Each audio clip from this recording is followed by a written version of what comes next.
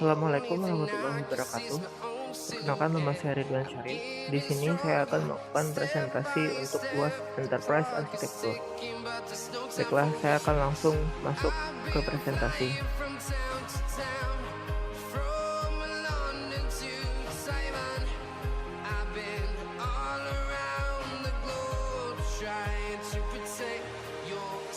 Baiklah, di sini saya akan melakukan presentasi UAS Enterprise Architecture. Di sini sedikit biodata saya, mulai dari nama, NIM, kelas, dosen pengampu, program studi yang sedang saya jalani, dan fakultas. Baiklah, selanjutnya di sini saya mengambil judul pemodelan arsitektur enterprise menggunakan metode TOGAF ADM dengan studi kasusnya SMA Negeri 1 Watu Bangga. Di sini saya akan menjelaskan sedikit pendahuluannya. Pemanfaatan sistem informasi dalam organisasi adalah kebutuhan dasar dalam menjalankan fungsi bisnis. Penerapan sistem informasi yang saling tumpang tindih diakibatkan dari sistem yang dikembangkan masing-masing, sehingga tidak terpadu dan terintegrasi dengan baik. Sebelumnya sudah pernah dilakukan penelitian mengenai pemodelan menggunakan TOGAF ADM ini, seperti penelitian yang dilakukan oleh Yeni Kustianingsih, yakni perencanaan arsitektur enterprise menggunakan TOGAF ADM, dan penelitian terkait juga pernah dilakukan oleh Novia Widianingsih, yakni perencanaan arsitektur enterprise menggunakan TOGAF versi 9 dengan studi kasus Dewan Kehormatan Penyelenggara Pemilu DKPP. Penelitian yang dilakukan saat ini pemodelan arsitektur enterprise menggunakan TOGAF ADM, studi kasus SMA Negeri 1 Watu Bangga, yang diharapkan mampu menghasilkan blueprint dan sistem informasi yang terintegrasi guna mendukung kebutuhan SMA Negeri 1 Watu Bangga.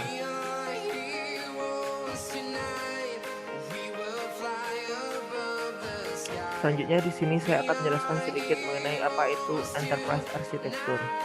Arsitektur enterprise adalah membangun atau merancang teknologi informasi yang akan mengarahkan organisasi sehingga memiliki sistem informasi terpadu dan terintegrasi yang mendukung tujuan organisasi.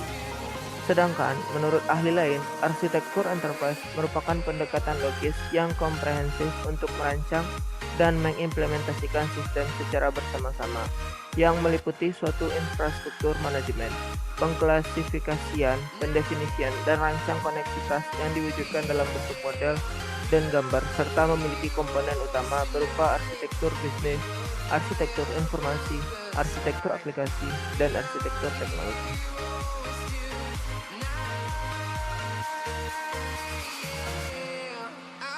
Selanjutnya, saya akan menjelaskan mengenai TOGAF ADM. TOGAF sendiri dikembangkan oleh The Open Group Architecture Framework pada tahun 1995. Awalnya TOGAF digunakan oleh Departemen Pertahanan Amerika Serikat. Namun pada perkembangannya, TOGAF banyak digunakan pada bidang perbankan, industri, manufaktur, dan juga pendidikan. TOGAF ini digunakan untuk mengembangkan enterprise arsitektur, di mana terdapat metode dan tools yang detail untuk mengimplementasikannya. Hal inilah yang membedakan framework enterprise arsitektur lain, misalnya framework Zachman. Salah satu kelebihan menggunakan framework TOGAF ini adalah karena sifatnya yang fleksibel dan bersifat open source. Elemen penting dari TOGAF adalah Architecture Development Method atau ADM. ADM atau Architecture Development tadi merupakan hasil dari kerjasama praktisi arsitektur dalam Open Group Architecture. ADM adalah metode generik yang berisi sekumpulan aktivitas yang mempresentasikan progresi dari setiap tahapan ADM, dan model arsitektur selalu diselaraskan dengan sasaran dan kebutuhan bisnis. Inti dari ADM adalah pengelolaan kebutuhan, di mana kebutuhan bisnis, sistem informasi, dan arsitektur teknologi selalu diselaraskan dengan sasaran kebutuhan bisnis.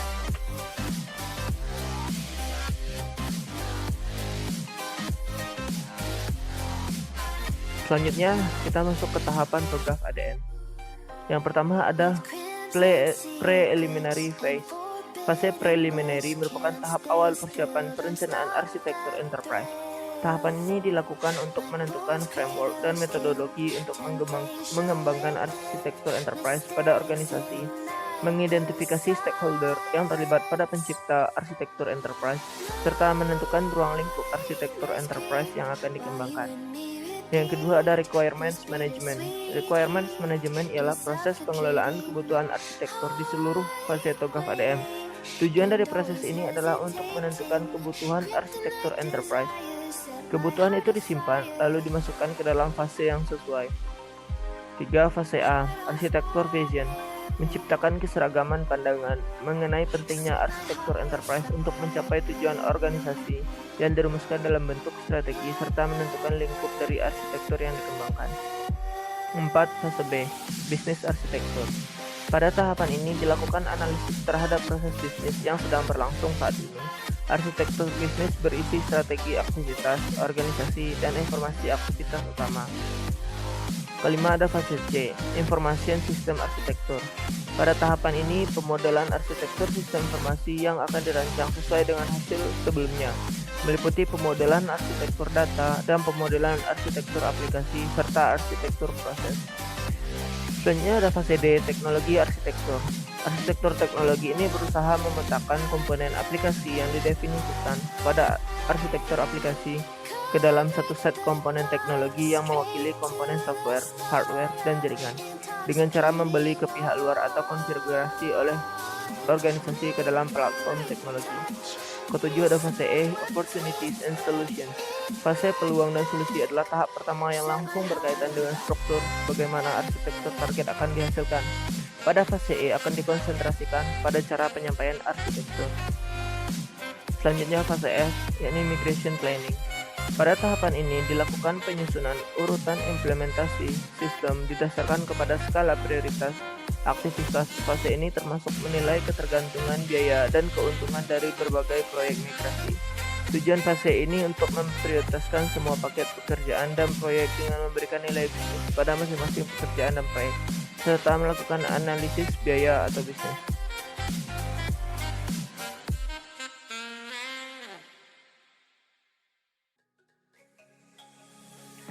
Selanjutnya sesuai judul tadi, di sini saya akan melakukan hasil serta pembahasan untuk judul kita tadi.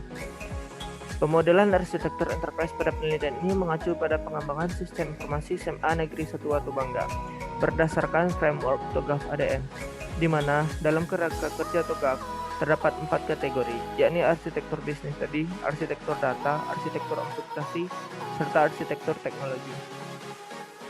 Fungsi bisnis yang ada dalam rantai nilai yang sudah ditetapkan, langkah yang dilakukan adalah merumuskan daftar katalog dari proses-proses bisnis yang ada pada fungsi bisnis utama dan pendukung SMA Negeri 1 Watu Bangga untuk mendefinisikan fungsi dan layanan yang ada pada masing-masing fungsi bisnis.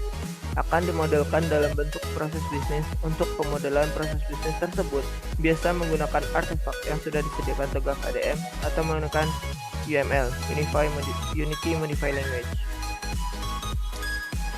Selanjutnya, perancangan arsitektur sistem informasi sesuai tahap TOGAF ADM tadi.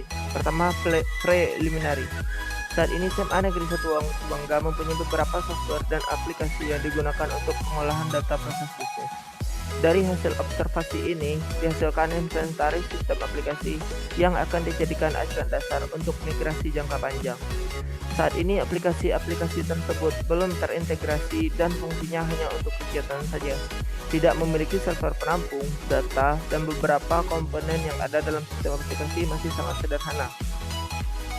SMA Negeri 1 Watu Bangga telah menggunakan teknologi software untuk kebutuhan sebagai operating system, keamanan, software pengolahan email, software bahasa pemrograman, dan software pengolahan lainnya. Selanjutnya kita masuk ke arsitektur vision. Berdasarkan visi, misi, tujuan, dan sasaran SMA Negeri 1 Watu Bangga, dapat ditarik kesimpulan bahwa visi arsitektur sistem informasi SMA Negeri 1 Watu Bangga adalah sebagai berikut. Pertama, arsitektur sistem informasi sekolah yang dibuat sebagai pendukung SMA Negeri 1 Watu Bangga untuk mencapai tujuannya, yaitu memberikan layanan yang diperlukan sivitas akademika dan stakeholder secara memuaskan, andal, dan terjangkau. B. Menaikkan mutu pelayanan sesuai dengan misi pendidikan. C. Memberikan informasi yang akurat ke dalam dan luar institusi. 2. Terdiri dari unit-unit sistem informasi yang dikelola masing-masing oleh setiap unit dan terintegrasi dengan sistem di SMA Negeri 1 Watu Bangga. Ketiga, dapat diakses oleh semua sivitas akademika dan stakeholder SMA Negeri 1 Tubangga dengan tingkat kebutuhan peranda pengetahuan yang berbeda. Setelah meninjau tujuan badan pendidikan dan karakter sistem informasinya, disimpulkan bahwa untuk membangun enterprise arsitektur institusi pendidikan dibutuhkan metode yang bersifat A. bersifat generik, B. mampu menyatukan artefak-artefak yang memiliki standar yang berbeda, C. mudah diimplementasikan, D. tidak rentan terhadap perubahan, E. memiliki tolak ukur dan kontrol dalam menentukan tingkat keberhasilan dalam pelaksanaan IT governance. Yang ketiga, perancangannya ini bisnis arsitektur. Pada tahap ini dilakukan pemodelan arsitektur terhadap tahap-tahap proses bisnis yang terkait langsung dengan area pelayanan penerimaan peserta didik baru, proses belajar mengajar, manajemen data lulusan, manajemen tata usaha, manajemen sarana prasarana, manajemen keuangan yang merupakan bisnis utama yang ada pada SMA Negeri 1 Tubangga. Dalam proses pemodelan arsitektur bisnis ini menggunakan tools use case diagram. Keempat, ada information system arsitektur. Tahapan ini melakukan perancangan arsitektur sistem informasi SMA Negeri 1 Tubangga dengan membangun arsitektur dari tabel detail entitas data. Selanjutnya yang kelima, teknologi arsitektur. Pada tahapan ini menggambarkan aliran informasi antar sistem aplikasi berdasarkan keragaman, pengembangan jaringan dan kondisi existing teknologi. Maka disipakan sketsa pengembangan jaringan terlihat pada gambar berikut.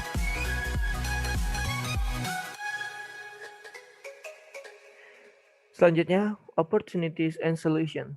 Gap analisis antara sistem informasi dan gap analisis teknologi perangkat lunak yang ada pada saat ini dan kondisi yang akan datang. Sistem informasi yang baru dan informasi yang dapat diperbarui.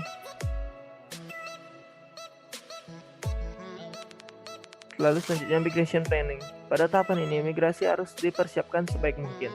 Sangat penting untuk menjaga data yang sudah ada tetap dapat digunakan pada perencanaan sistem baru ini.